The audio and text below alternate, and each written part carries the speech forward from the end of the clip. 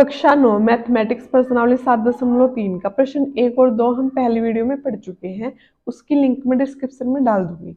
आज हम पढ़ेंगे प्रश्न 3 से। प्रश्न 3 क्या बोलता है कि एक त्रिभुज ABC की दो भुजाएं AB और BC। एक त्रिभुज है हमारे पास, इसकी दो भुजाएं AB और BC तथा माध्यिका AM। अन्य किसी दूसरे त्रिभुज की भुजा PQ, QR और माध्यिका PN के आपस में मतलब बराबर है कि ए बी बराबर है पी क्यू के, बी सी बराबर है क्यू आर के और ए एम बराबर है पी एन के। ठीक है, तो हमें दिखाना है कि त्रिभुज ए बी एम ये छोटा त्रिभुज और त्रिभुज पी क्यू एन और ये छोटा त्रिभुज आपस में क्या है, सर्वांगसम।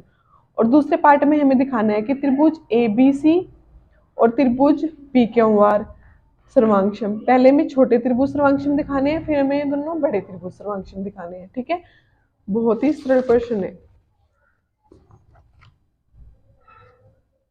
प्रश्न 3, पहले मैं यहाँ पे चित्र बना लेती हूँ तो ये आसान हो जाएगा, फिर वरना बार बार किताब में देखना पड़ेगा।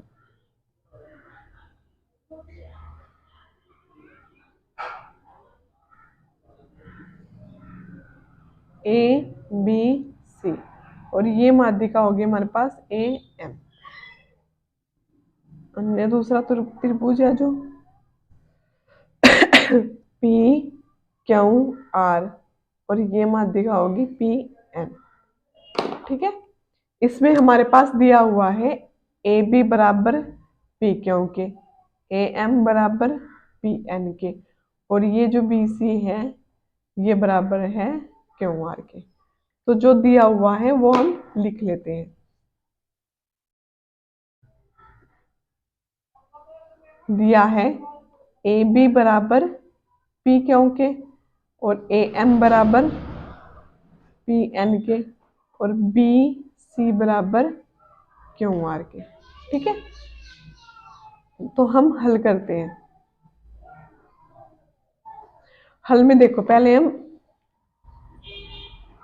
हम क्या करते हैं कि हमें दे रखा है बी सी बराबर क्यू आर, ये हमारे पास दिया हुआ है। ठीक है, अगर हम इसको 2 से भाग कर दें दोनों तरफ, ठीक है, क्योंकि हमें क्या चाहिए, हमें ये छोटा त्रिभुज सर्वांगसम दिखाना है, तो छोटे त्रिभुज की हमें ये भुजा चाहिए। ये भुजा क्या होगी, ये भुजा बी सी की आधी होगी। अगर बी सी बटा 2 है तो हम उसे बी एम लिख सकते हैं, और अगर क्यू आर बटा 2 है तो उसे हम क्यू एन लिख सकते हैं। तो बी सी बटा 2 को हम क्या लिख सकते हैं, बी एम, और क्यू आर बटा 2 को हम लिख सकते हैं क्यू एन। ठीक है, इसको समीकरण ए मान लो। अब हम करते हैं फर्स्ट पार्ट हल। फर्स्ट पार्ट में हमें क्या सिद्ध करना है, फर्स्ट पार्ट में हमें सिद्ध करना है कि त्रिभुज ए बी एम सर्वांगसम है त्रिभुज पी क्यू एन के। ठीक है, तो जब हम सॉल्व करते हैं, जो त्रिभुज हमें सर्वांगसम दिखाने हैं वही त्रिभुज हम लेके चलते हैं। हम लेके चलते हैं त्रिभुज ए बी एम व त्रिभुज पी क्यू एन में। इसमें क्या होगा, ए बी बराबर पी क्यू के, ए एम बराबर पी एन के और बी एम बराबर क्यू एन के, ये हमने अभी दिखाया है। तो तीनों भुजा आपस में बराबर हो जाएंगी। ए बी बराबर पी क्यू के, ए एम बराबर पी एन के, ये दोनों तो है दिए हुए, दिया है, और ये हमने अभी दिखाया है कि बी एम बराबर क्यू एन के, ये समीकरण ए से। ठीक है, हमें दिखाने थे ये दो त्रिभुज सर्वांगसम छोटे वाले, तो ये भुजा इसके बराबर, ये भुजा इसके बराबर, दोनों दी हुई है, और बी एम बराबर क्यू एन हमें अभी दिखाया है। तो ये दोनों त्रिभुज आपस में क्या हो जाएंगे, सर्वांगसम। त्रिभुज ए बी एम सर्वांगसम त्रिभुज पी क्यू एन के। पहला पार्ट हो गया सिद्ध। सेकंड पार्ट में हमें दिखाना था त्रिभुज ए बी सी सर्वांगसम है त्रिभुज पी क्यू आर के। सेकंड पार्ट में हमें ये सिद्ध करना था। तो जो त्रिभुज सर्वांगसम दिखाने हैं वही हम लेके चलते हैं। जब इसका हल करते हैं तो हम लेके चलेंगे त्रिभुज ए बी सी व त्रिभुज पी क्यू आर में। कौन कौन से त्रिभुज है? बड़े वाले त्रिभुज ए बी सी व त्रिभुज पी क्यू आर, ये बड़े वाले त्रिभुज। इसमें क्या हो जाएगा कि ए बी बराबर तो पी क्यू के है, ठीक है, बी सी बराबर क्यू आर के है, ये भी दिया हुआ है। दो चीज हमें मिल गई। अब हमें सिर्फ एक चीज निकालनी है। अब देखो, जब ये छोटे त्रिभुज सर्वांगक्षम है तो इनके संगत कोण भी बराबर होंगे, तो ये कोण इस कोण के बराबर होगा, ठीक है। तो इस बड़े वाले त्रिभुज में और इस बड़े वाले त्रिभुज में हम बोल सकते हैं कि कोण बी बराबर कोण क्यों के है। क्यों? क्योंकि ये दो त्रिभुज सर्वांगक्षम थे, इसीलिए सीपीसीटी से ये कोण भी आपस में क्या है? बराबर है, ठीक है। तो मिल गई तीन चीज। तीन चीज क्या क्या मिली है कि ए बी बराबर पी क्यू के और बी सी बराबर क्यू आर के, ये दोनों तो दिया हुआ है, प्रश्न में दिया हुआ है कि ए बी बराबर पी क्यू के और बी सी बराबर क्यू आर के।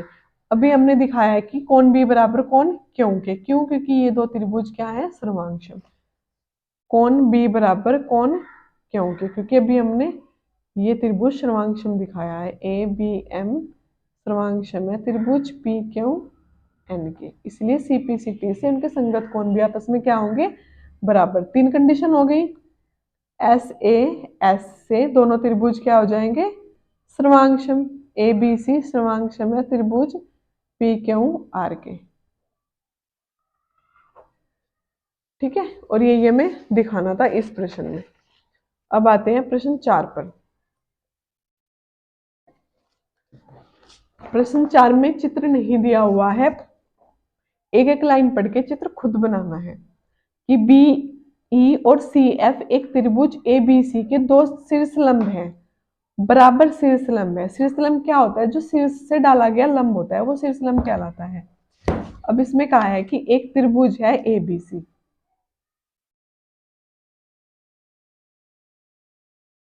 ए बी सी, ठीक है, बीई और सी एफ। बीई यानी कि बी से डाला गया लंब, शीर्ष बी से डाला गया लंब बीई, और सी एफ शीर्ष सी से डाला गया लंब, लंब मतलब 90 का एंगल, सी एफ बराबर है, ये इसके बराबर है। ये जो शीर्ष लंब है ये आपस में क्या है? बराबर, क्योंकि इसमें लिखा हुआ है कि बराबर शीर्ष लंब। अब आर एच एस सर्वांगक्षमता नियम का प्रयोग करके सिद्ध कीजिए कि त्रिभुज ए बी सी एक समद्विबाहु त्रिभुज है। हमें सिद्ध क्या करना है? सिद्ध करना है कि त्रिभुज ए बी सी समद्विबाहु त्रिभुज है।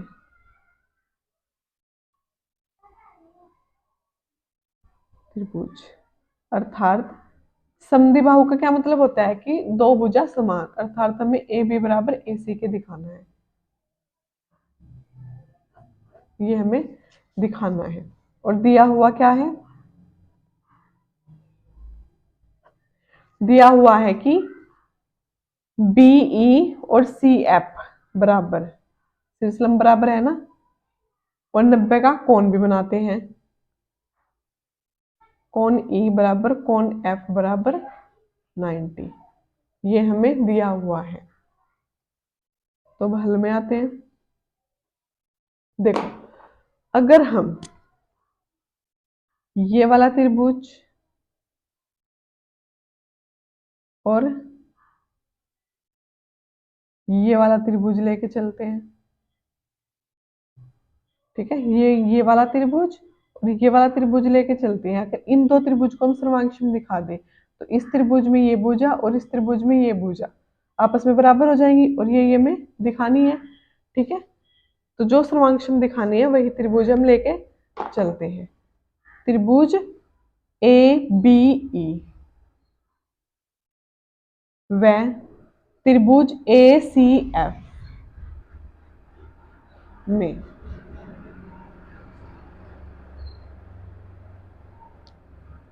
इन दो त्रिभुज में हमें तीन चीजें बराबर दिखानी है।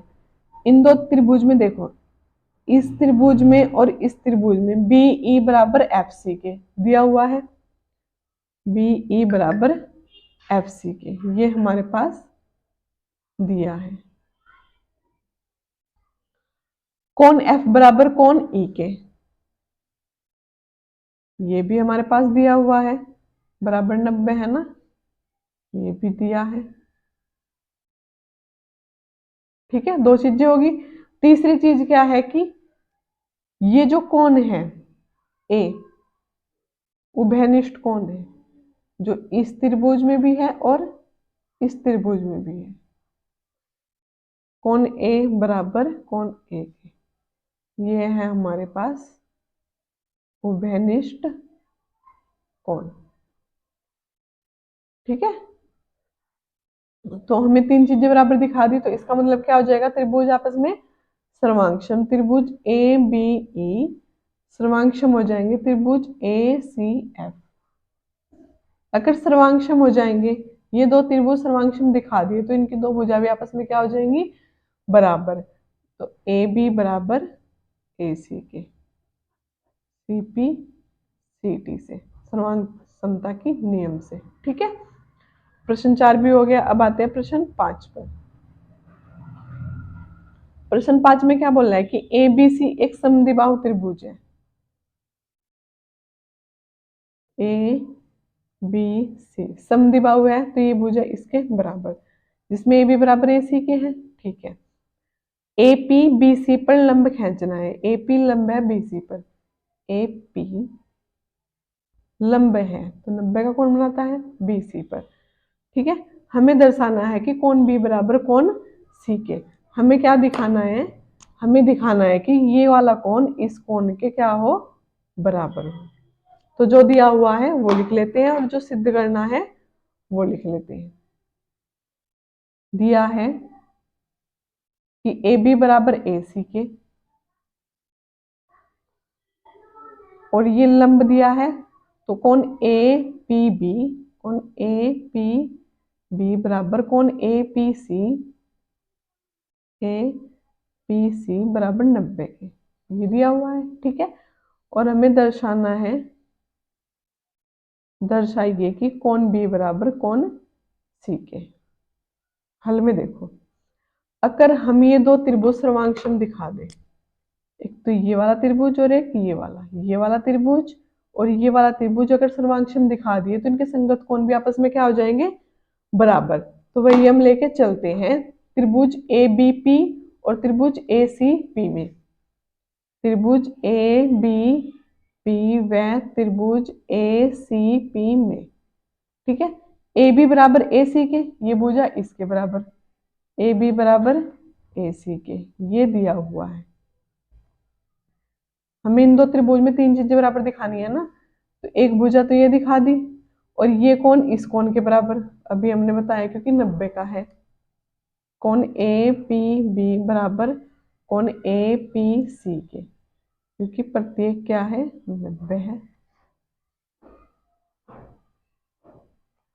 अब एक चीज और दिखानी है। अब देखो, इस त्रिभुज में और इस त्रिभुज में ये एक दीवार है जो इधर भी है और इधर भी है। ठीक है, तो ये उभयनिष्ठ है ना, एपी बराबर एपी के। क्यों, क्योंकि क्या है, उभयनिष्ठ भुजा।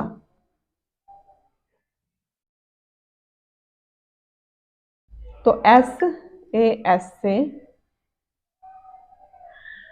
दोनों त्रिभुज क्या हो जाएंगे, सर्वांगसम। त्रिभुज ए बी पी सर्वांगसम हो जाएगा त्रिभुज ए सी पी के, सर्वांगसम हो जाएंगे। अतः इसके संगत कोण भी आपस में क्या हो जाएंगे, बराबर। कोण बी बराबर कोण सी के, क्यों, सी पी सी टी से, और ये हमें दर्शाना था। ठीक है, प्रश्नावली हो गई है खत्म। वीडियो अच्छी लगी हो तो लाइक करें, शेयर करें, कमेंट करें और चैनल को सब्सक्राइब करना ना भूलें। नेक्स्ट प्रश्नावली नेक्स्ट वीडियो में, तब तक के लिए धन्यवाद।